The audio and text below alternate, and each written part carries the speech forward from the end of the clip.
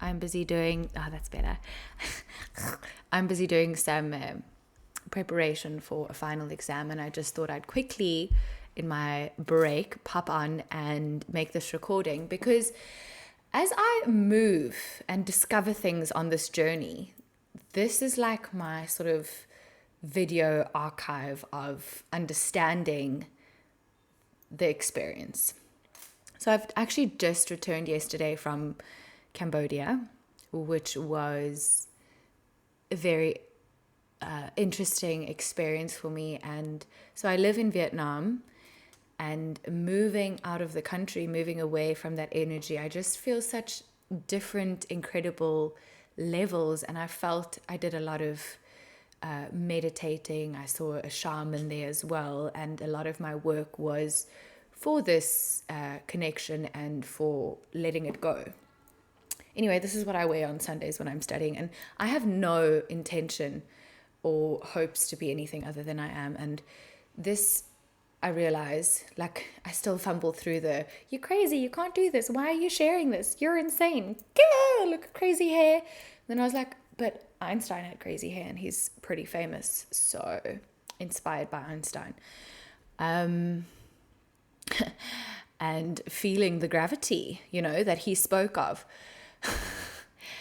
I just want to be who I am and as I am and what feels good for me. And I'm in this journey, in the middle of it, and part of it is, discovering who I am and accepting myself, every part of me, and loving every part of me. So that's my journey.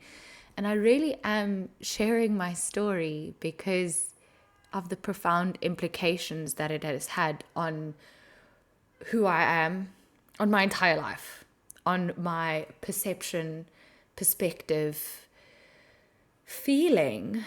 Like, that unconditional love sits with me, and I'm like a dancing love fairy. And it is just, it sounds dreamy and maybe a bit extreme, but that's my personality as well. I am a little extreme, a little dramatized, a little, dramatic.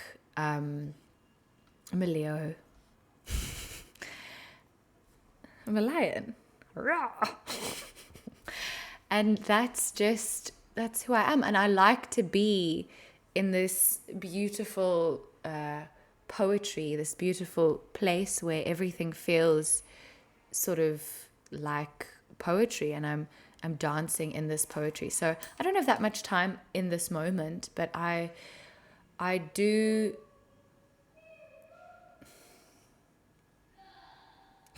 Excuse my little neighbor. He's also crazy. But unfortunately, they play in the corridor, so I can just hear his echo catching onto this. It's a corridor, and the sound just picks up and travels. So interestingly, so the idea of this journey still plays, and it's like, you're crazy and how can you love someone? And I did have a session, which I'll talk about maybe at a later stage when I'm ready for it, if I'm ready for it. But what came out for me is my purpose of feeling this love and sharing this love, because I've been so blessed to be able to experience it, and my purpose is to write about it and to share. And I'm working towards my novels, I guess, which are going to be, I'm still figuring it out, but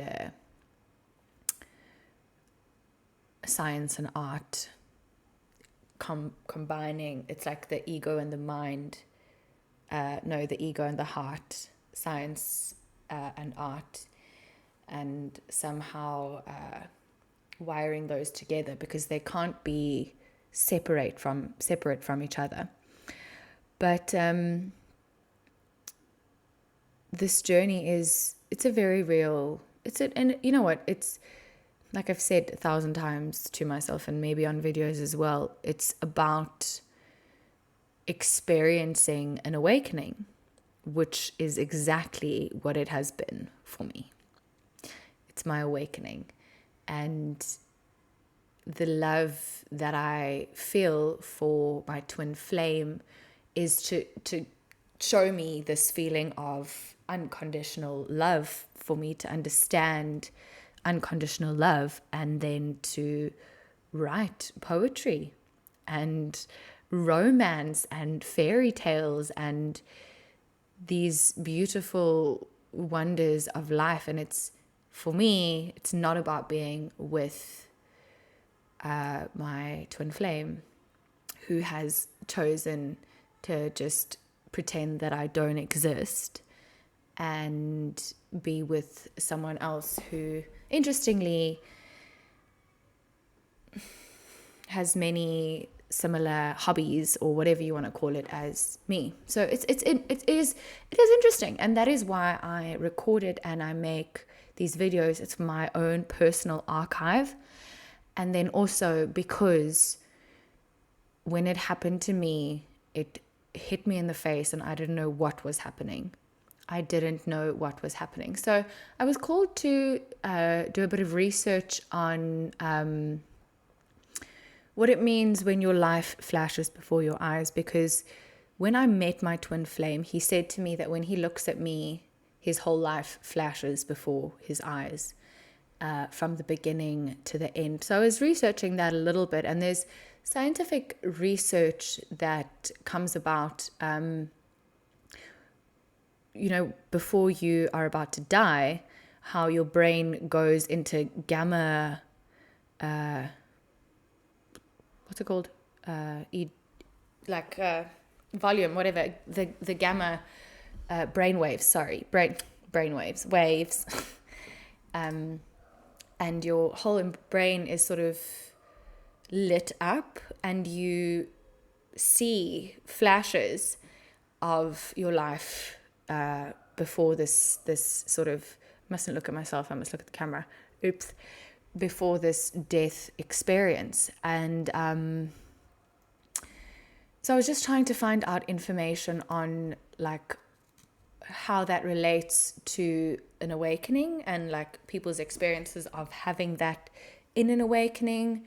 I've never spoken to my twin flame about it. He literally ran away when I started telling him about my own experiences and the profound love I had from him. He was just like, I don't understand, and whoops, gone. So I found, and then interestingly, I came across this it's a journal write-up by Sarah Soriel, a personal experience of Kundalini. So this is her account of a brief psychotic episode that seems to fit with the classical description of Kundalini spiritual awakening after a long career as a psychiatric nurse. I find it interesting, I can't speak. I haven't spoken to many twin flames. That's why I feel so sort of shy and uncertain of my journey. But those that I have, a few of them are like nurses, or I'm a psychologist. Like I've studied at least 11 years of psychology in my life. And this lady, Sarah Soriel, is a psychiatric nurse. Or I don't know if she's a twin flame, actually, but this is about Kundalini and awakening. This is not about the twin flame. My focus is not on the twin flame. He plays a part in it, though. I can't deny that. So I was like, do I just pretend like none of it happened? But I've written books and books and books, and beautifully written, inspired by like Shakespeare and Rumi and Walt Disney, and like these beautiful pieces of love and romance. And I'm like, if I don't share, if I pretend like none of that happened, then I'm not sharing any of that beauty. So it's part of my journey. It's part of my experience. And whether he acknowledges, feels, admits any of it, that's his own journey. This is mine. And it played a role in mine. So this is about the Kundalini, which I found really interesting. For me, it resonates with my own experience of Kundalini, and that is why I'm sharing my story as well. Because when this started happening to me, it's incredibly scary. It's scary. I didn't know what was happening, and it took a lot of, I still haven't stopped. I'm still sitting in between my studies and researching, learning. I want to learn as much as I possibly can about it so that I can be informed as I share my experience, And so looking for life flashing before eyes, came across this article. It's a journal article, like I said, by Sarah Suriel, and I'm going to read it. It's about her Kundalini experience after a long career as a psychiatric nurse. So I'm going to read this and sort of integrate it with my own experience. So I felt there was something different about my own experience compared to most regressive psychotic states I have witnessed in others. And instead of leaving me ill and damaged, I feel transformed. As a result of this experience, the changes in me include a strong faith in God and an expanded consciousness that allows me to contact other dimensions previously unavailable to me.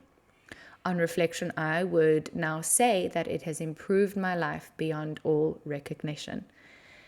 I'm using Robert Assagioli's 4 critical stages of spiritual transformation to structure my talk. So for me, I know that there is something bigger. I'm connected to something bigger. I'm connected to the earth. I'm connected to every living creature, every living being, every living thing. I have unconditional love and zero judgment for human beings. And it has been a profound, life-changing experience for me. And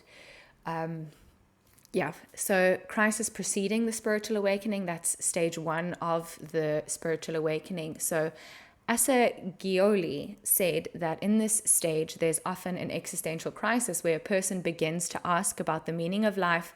And I would say this was the case for me. Despite experiencing an outwardly successful life in material terms, I was desperately unhappy inside, and I sensed I was not living in a way that was right for me.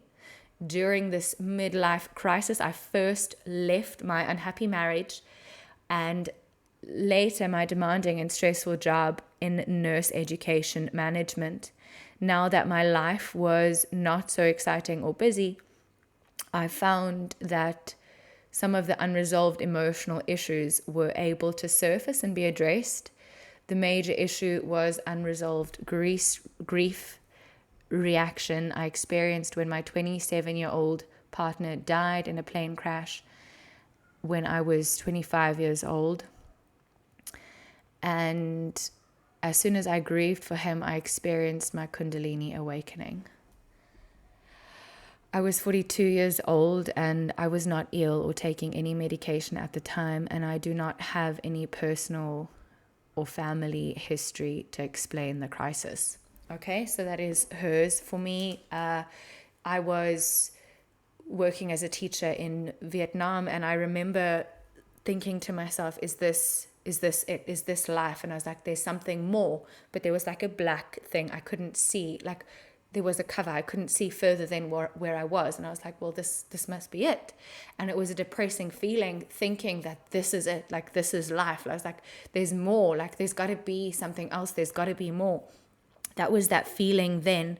I did move to Halong Bay. I guess it's part of the journey, right? My cousin died. We were very close. A really good friend died. While I was in Vietnam, my gran also died. A lot of deaths in Vietnam of people who are really close to me.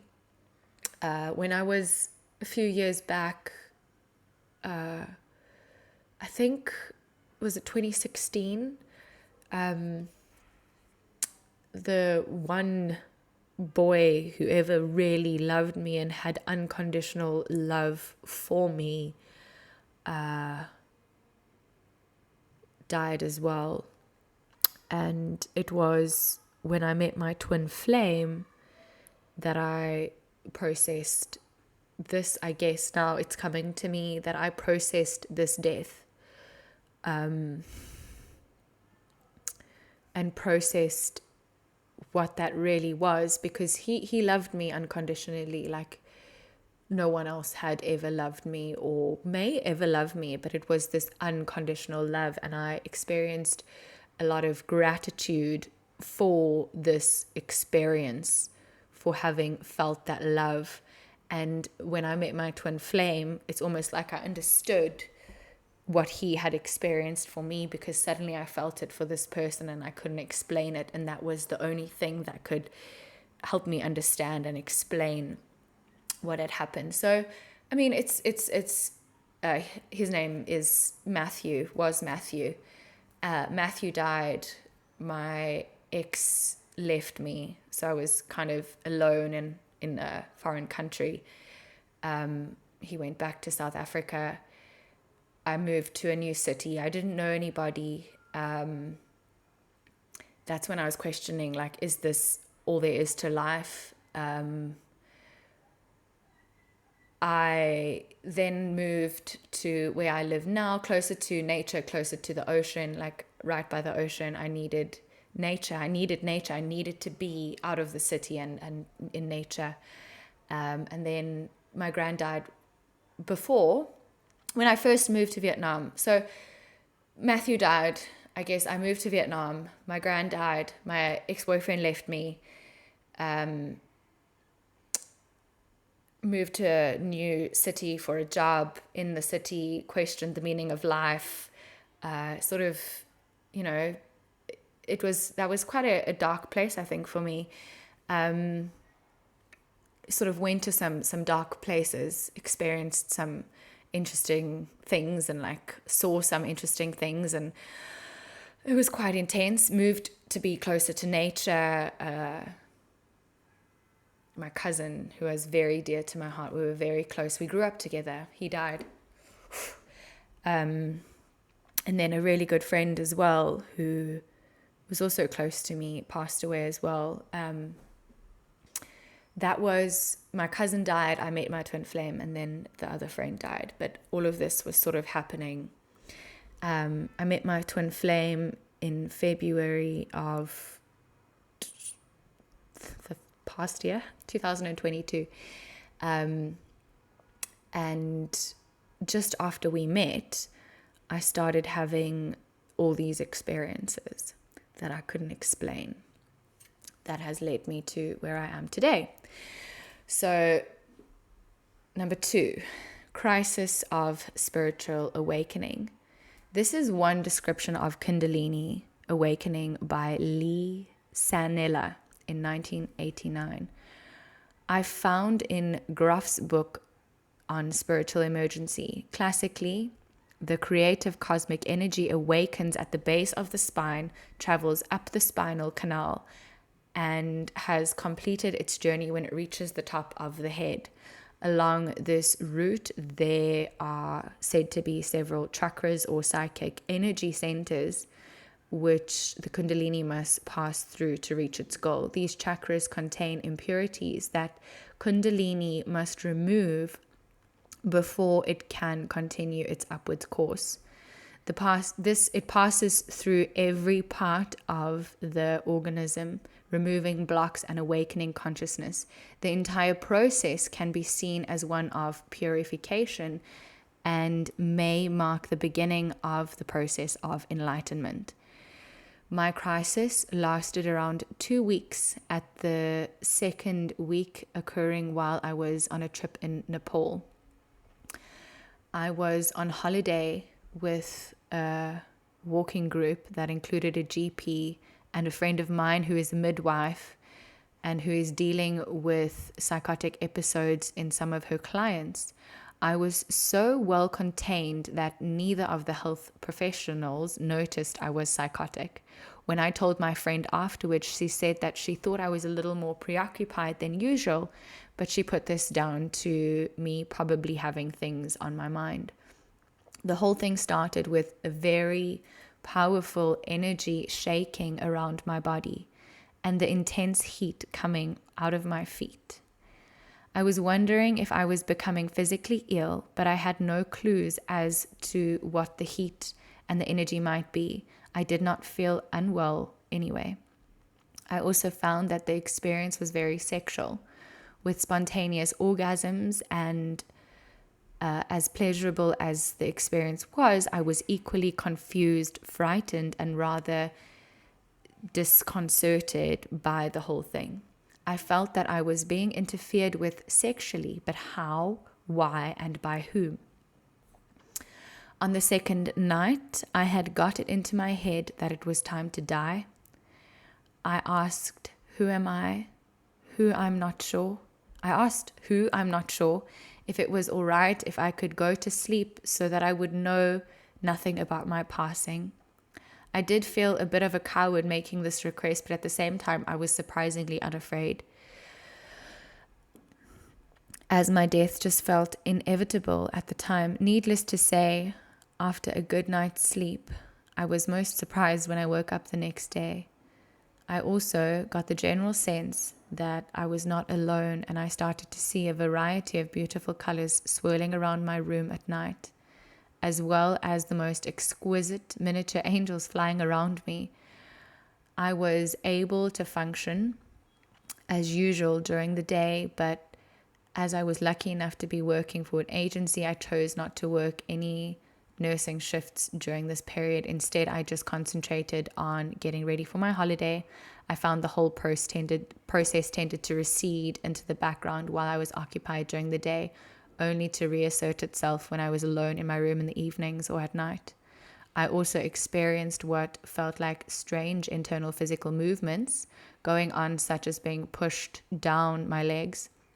There was no pain or discomfort because of this, but I was baffled by the whole experience. I would also get strong intuitions about the universe, and at one point I sensed and experienced the magnificent organization and the intelligence that surrounds us. Eventually, I felt my crown chakra open and saw massive white lights around me.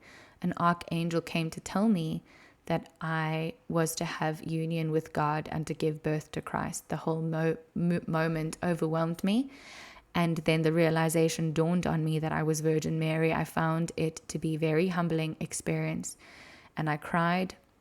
I was so convinced that I was now pregnant that I sought advice from the local pharmacist and started taking folic acid for the health of my child.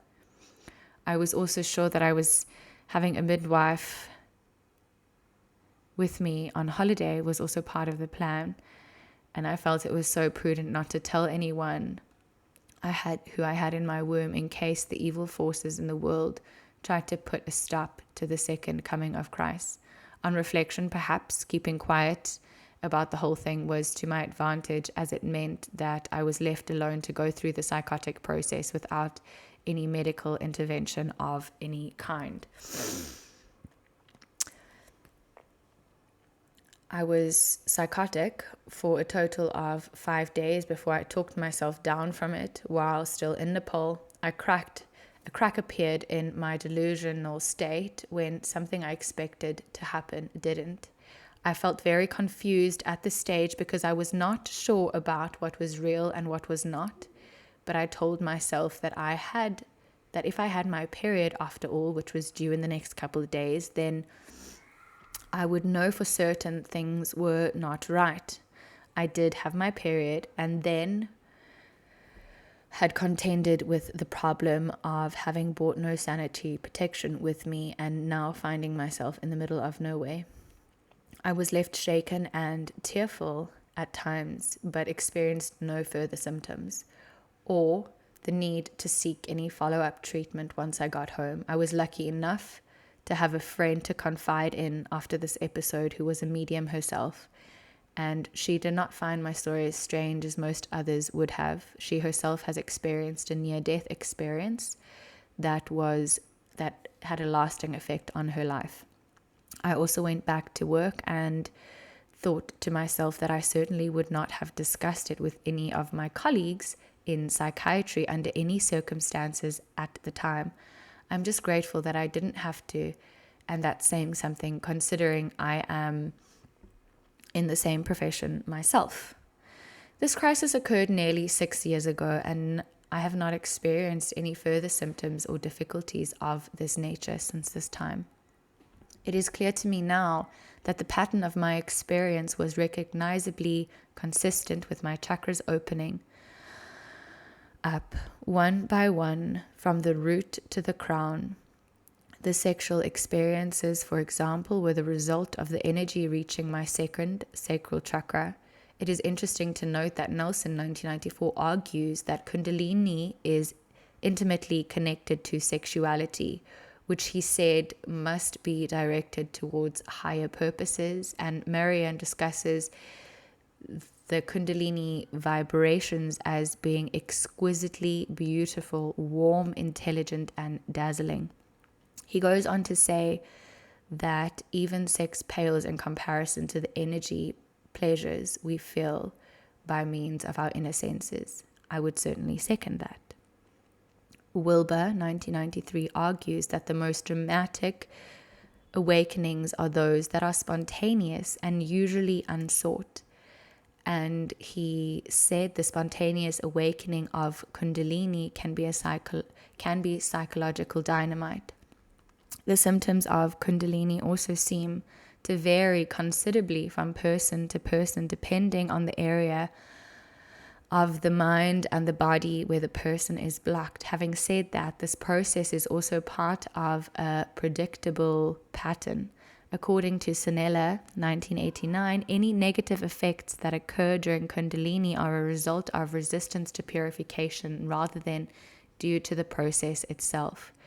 Comparing it with other types of regressive psychosis, he said that people with Kundalini elements are more objective about themselves and interested in sharing what's going on in them. Sensations of heat are also common in Kundalini and rare in other psychoses. Lukoflu and Turner, 1996, add that those in the midst of a spiritual emergency with psychotic features usually have good pre-episode functioning, acute onset of symptoms with a duration of 3 months or less, stressful precipitants, and a positive exploratory attitude towards the experience. Scotton feels that the best course is to assess the level of functioning and the spread of the psychosis. If the dysfunction is circumscribed, circumscribed to the Kundalini content and the experience of the previous history is negative to psychosis, then support with minimal drug intervention is needed. He also recommends seeing a yogic teacher familiar with the phenomena. My instinct to keep away from medicine and to talk it through with someone with some knowledge of the spiritual world was right after all. I find it interesting that I also shield away from seeking help within the church. In fact, it seems that anyone in my position is hard pushed to find someone available who has the right knowledge and experience to support the spiritual process without the danger of misunderstanding and interference of the outcome. Okay, so that is Sarah's, it's Sarah, right? Yeah, that is Sarah's experience of the Kundalini awakening. I had some similar things that occurred to me, and much like her, I didn't tell people. I have a friend who is on her own spiritual journey, with whom I was able to confide in a lot of what I was experiencing. A couple friends who are quite spiritual that I shared little bits and pieces with, because all of it was just too much, but little bits and pieces. And then obviously this day and age, we have so much advantage that we are we have so much information at our fingertips. And if you're able to do research, I have a master's degree in research psychology, and I'm pretty good at doing research. If we're able to do research and find information, like there's a lot of twin flame readers and tarot cards, and some of it's hocus pocus, and some of it's for money, and some of it's a scam, and some of it's just you find what aligns with you. You use your intuition to guide you. Well, that's what I did.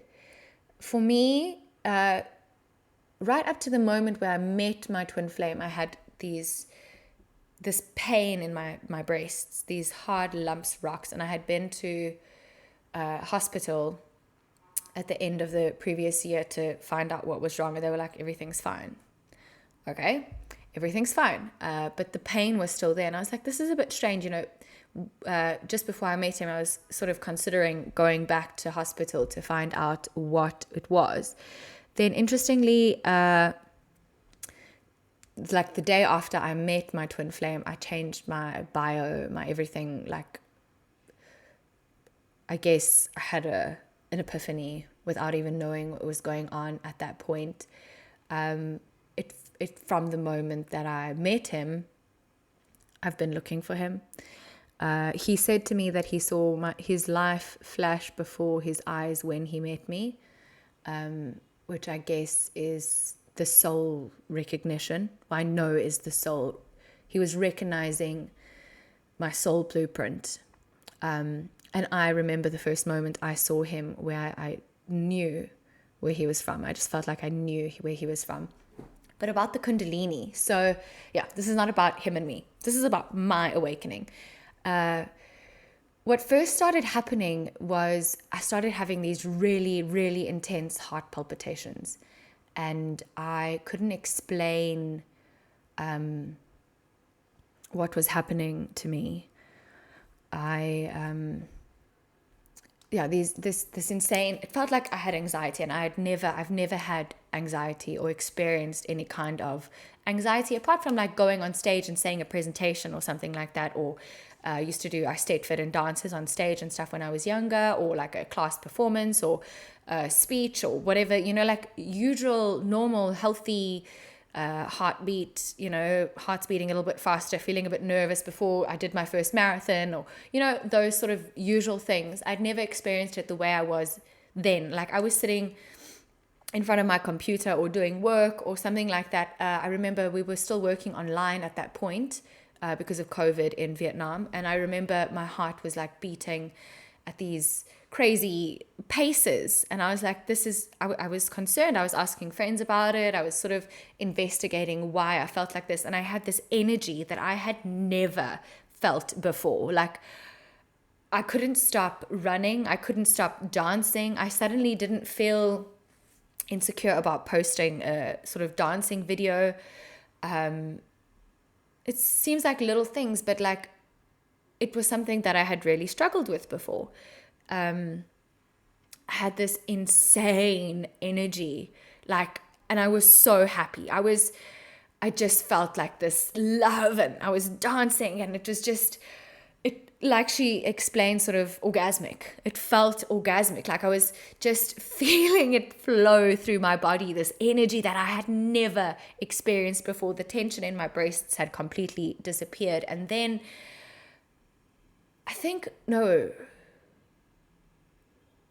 I'm missing a piece. My apologies. There was that energy, but just as I had returned from meeting him, there was a couple days where I thought I had a bladder infection. I'd never had a bladder infection before. I thought I had some kind of infection. I had some kind of strange pain in my abdomen, and it was like swelling up. So it's like water retention. It was like ballooning. And I thought I was pregnant. I was certain that I was pregnant.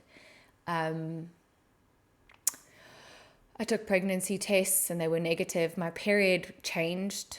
There was this weird pain in my stomach. I think for like a week I sort of investigated it, tried to figure out what was going on myself, like really observed my body and what was happening, and like my period changed, and like usually my period is like 4 days, and it was like 1.5 days, and I was like, this is weird, and I had this pain, and I was like, do I have a bladder infection? Like, did he give me an STD? Like, what is this thing? And then I was like, oh shit, I'm pregnant. I spent hours and hours and hours researching different things, like just sort of trying to understand what was going on with me. And then eventually, took some pregnancy tests, eventually went to the hospital, and they were like, everything is fine. There's nothing going on with you. And that's like that feeling. And then there was that intense energy where I was dancing and singing and running, and like just, it was ecstasy. It felt like this insane ecstasy that I was experiencing. It felt so beautiful. Oh my goodness. It was incredible.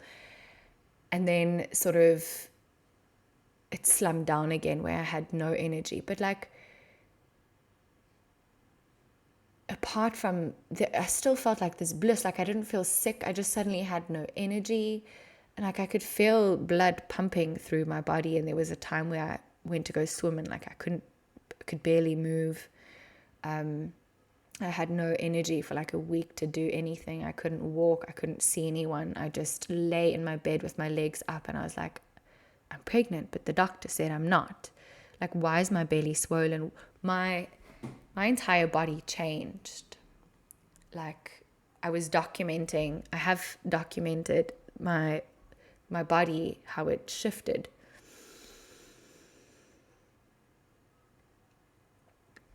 The sort of the shape of my body, it was like I was going through puberty again.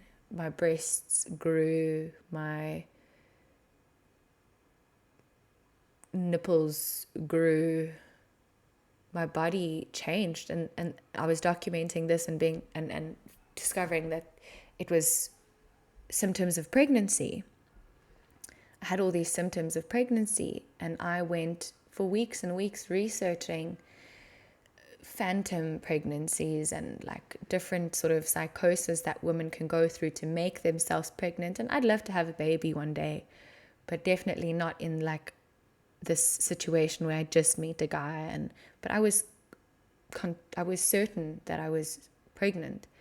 And then the surge of energy again, where I feel like I'm flying. I felt like I was flying, like in some dream world dimension, and he was just always with me as well. He was with me, not physically, but spiritually through this entire process. And then I went back to the hospital for more tests, and they tested everything. And they were like, we can't explain to you why your boobs have changed. We can't explain to you the period. We can't explain to you the bloating, why your body has changed. Everything is fine. You're healthy. Everything, and they tested from head to toe, everything, all the scans, all the tests, all the blood work, all the urine samples, everything was fine. And I was still experienced throughout this whole time. What never changed was the heart palpitations. These insane heart palpitations. And like feelings of like this empty pit in my belly. That's when I thought I was pregnant as well. I was like, I couldn't stop feeling hungry because of this anxiety, because of this heartbeat, because of this energy. My diet completely changed as well. And this was literally right after meeting my twin flame, like the next day as well. So changed my profile on Facebook, like the descriptions and whatever, and then became a vegetarian, like just like that.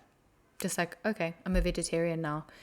And so that was my sort of Kundalini experience. It was low. I thought I had like, it started there. I guess root chakra, sacral chakra, sexual energy, so much sexual energy, like orgasmic ecstasy energy going up. My breasts sort of healed. Like, it doesn't have to go in a straight line. I mean, it goes up, but like the different parts for me were sort of happening kind of simultaneously. I did have sort of visions as well, where I saw the connection of every person, and like I watched, like, I don't know, it was like the simplicity of life. Life is so simple. And then he was there. It was like I let go, and I went into this void of nothing, and I had to let go. And it's kind of where she talks about sort of that death feeling. I felt okay to die. All I did this whole time was journal, was write. That's why I have books and books and books of this experience that I had. And I wrote at one point, I was like, oh, I'm okay to die. Like, wow, that's a liberating feeling. Like, I feel like it's okay. And then I did have that experience where I was literally, so it was kind of showing me the connection to everything. And then one person would disappear, and then how the next person disappeared, and the next person disappeared, how the next person disappeared, how the next person disappeared, until there was nothing. And I was in this void of nothing. There was nothing left. And I was like, oh, okay, well, this is the place where we go when we die. There was nothing. It was just blackness. It was darkness. And I was like, it's not so bad. Like, it wasn't a scary feeling. It wasn't a scary place to be. And then it was my twin flame's face who came into my mind and sort of woke me up. I guess I took a breath. I came back. But I had some crazy experiences like that as well, like visions and hallucination sort of things, I guess.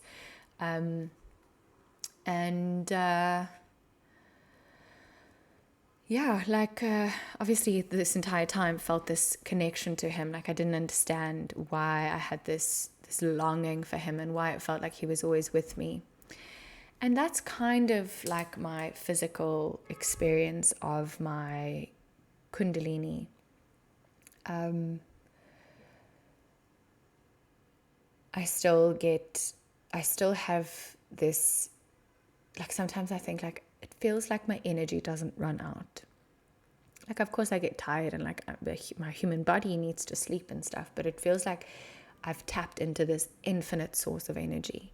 Like, when I go run, I'm running and I'm dancing and I'm singing, like, all at the same time, and this energy is just like vibrating through my whole body.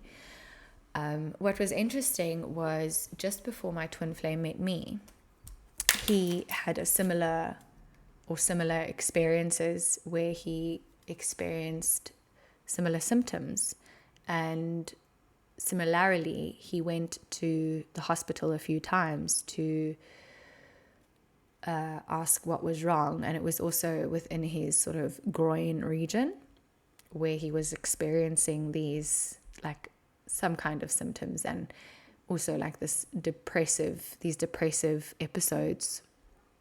I can't speak much for him. He only briefly told me about these experiences, and it was similar symptoms. And he also went to hospital a few times, and they were like, no, you're fine, everything's okay, you're just a little bit depressed. Obviously no one is sort of prepared to talk, like, educated about these experiences in the medical industry, which makes it hard, and which is why I'm sharing my story, because it happened to me. And it scares me to share my story, because I can just think of, like, my family members being like, oh, she's my family, part of my family is very Christian, and thinking like, oh, she's crazy, she's evil, or whatever the case is. But I can't lie or deny my experience because of that, because it's bound to happen to other people, and other people should, know. So that was my crazy Kundalini energy vibration experience where I thought I had a bladder infection, then I had energy, I was flying, then I was, like, it's very sexual, very ecstasy, very, like, I thought I was pregnant for certain for about a month. My breasts changed, the shape of my body changed. Like, I've got photos to prove it, which obviously I'm not going to post, but like for my own sanity, I was capturing all of this, and like no one could explain. I was so certain that I was pregnant as well. And then the doctors were like, no. And I was like, oh, that's crazy. And I mean, I questioned my sanity. I still do, because everything that is provided says that it's sort of wrong, this experience. But that was my interesting crisis of spiritual awakening. And I just couldn't stop writing, and I still haven't been able to stop writing. But when this was happening to me, I didn't know what was happening to me. And it's a bit scary. And you don't want to tell people because it makes you seem a bit crazy. And like, I know for myself that I have experienced unconditional love, and there's other things that have happened along the journey where I, like, this one time I felt like he was around. I was like looking for him. I got some sort of psychic things as well. I definitely experienced telepathy with him, like we sort of shared the same thoughts at the same time. Interestingly, we have very similar handwritings, and there's a lot of similarity in our life stories as well. Things we've experienced, like accidents and some things, silly things we've done.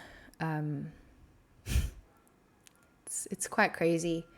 But yeah, like, he woke something up inside of me, and the heat as well. There were times I was just lying on the bed and like feeling this heat going through my body, feeling like nauseous, feeling hungry, feeling excited, feeling all these emotions. And then there'd be times where I'd come home and I'd fall to the floor. There was a time where I thought that I had a miscarriage or something, because there was like a clump of blood that came out of me. Like, my whole body just went through this insane transformation, and my whole mind. You start like taking off these masks and like realizing who you were pretending to sort of be, to sort of fit in. But yeah, I have to leave that there. So in the next podcast, I will continue reading Sarah's work and my experience that is somehow similar to her experience. But yeah, I just had a spiritual awakening, and like now I feel beautiful, pure love in my heart.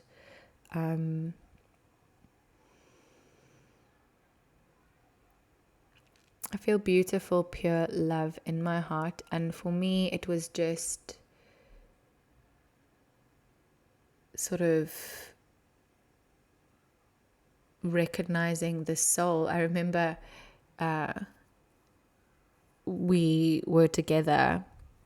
We saw each other twice. We met each other and we saw each other twice, which is just crazy. So, like, why would I make this up? Why would I make up that I feel this way about someone that I met twice? Definitely could not have made any of this stuff up, and I didn't know about it until it was literally happening to me, and I was trying to find answers about what is happening to me. I remember we made love, and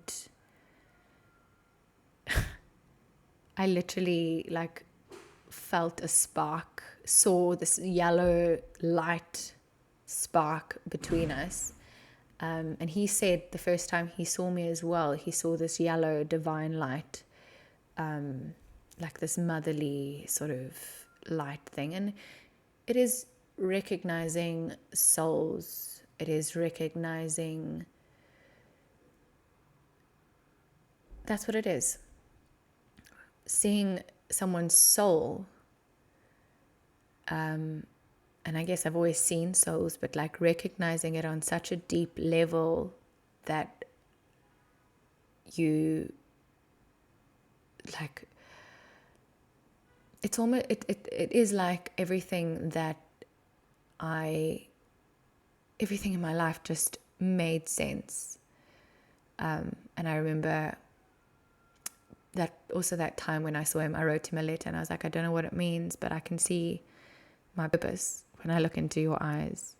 And I was like, I wasn't even like trying to be romantic or anything like that. I was like, I can see my purpose in your eyes. I can see your purpose in your eyes. And that is the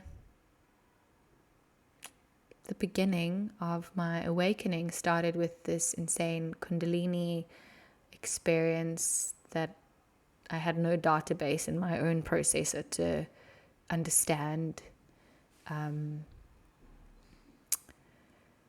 I felt this love for this human, and I couldn't understand it because I had just met him. I felt something that I'd never felt for anyone before. And